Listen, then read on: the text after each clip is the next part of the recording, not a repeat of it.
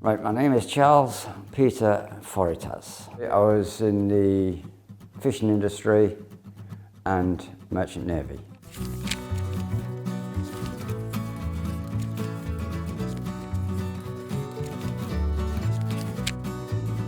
Hard, because in them days they had no rope reelers or power blocks. Everything was man-handled, even pulling the netting by hand at the back of the ship. A snibby is a small wooden boat. A lot of people think that the snibbies just went inshore. No, they didn't. They could be up to around about 400 or 500 miles away from home. The difference between trolling and sea netting is that a trawler tows its trawl altogether. With sea netting, it doesn't. It anchors and shoots from a buoy.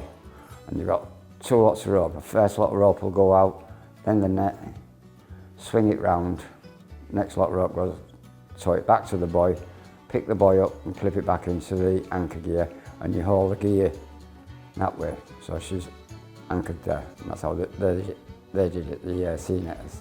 Because even when it was bad weather, the ship's still up and down and rolling from side to side, same as trawling. But trawling, when you're towing and it's bad weather, you've got the spray coming at you. I remember being on deck one time. I think it was coming home, and my dad had passed me a cup of tea up through the companionway because she slept down at the front of the vessel.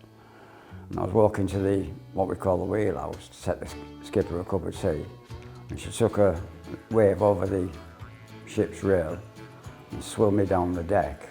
And I was half inboard and half outboard through the scupper door. Next minute my dad said, "Come here."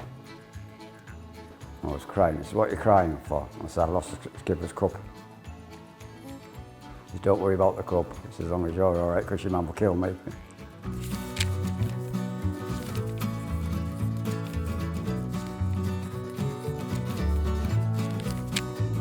Because the deck-liner's job is to fill, it's what you call a needle basket.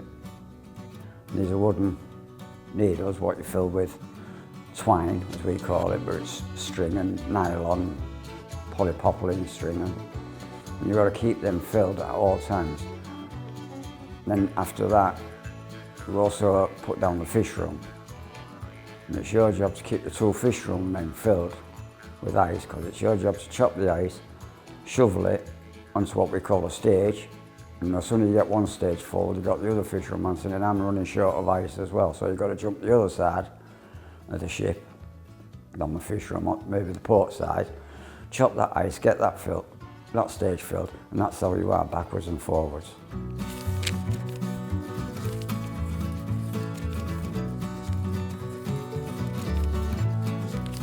Oh yeah, one thing you had to look out for in bad weather when you was hauling, in the trawlers as well, if somebody shouted "sea," you ran. Because that means there was a big wave coming, and if that wave hit you, she'd crush you. I've been swept overboard twice, just come out the fish room, and she took a sea, what we call midships, in the middle of the ship, right? Swept my feet from under me, took me out, and the ship's still moving this way. The skipper saw it, what happened. When it happened, I got back on my feet. He said, "Peter, you all right?" I went, yeah. So go get a cup of, go get changed and have a cup of tea.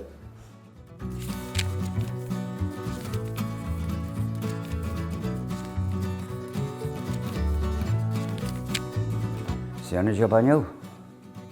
Being 5-year-old, my father taking me to sea, fishing for salmon in the Baltic in the winter time.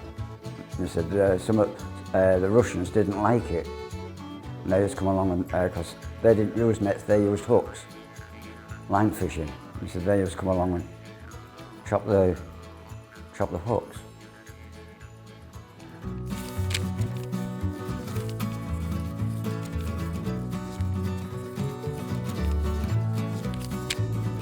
What it was the decline in the fishing industry why I left. And I've got a lot of good memories of being at sea. The camaraderie, for one. Even when we came home from sea, what we call settling day. So you come on one day, settle the next day you'll be back at sea, or maybe the day after.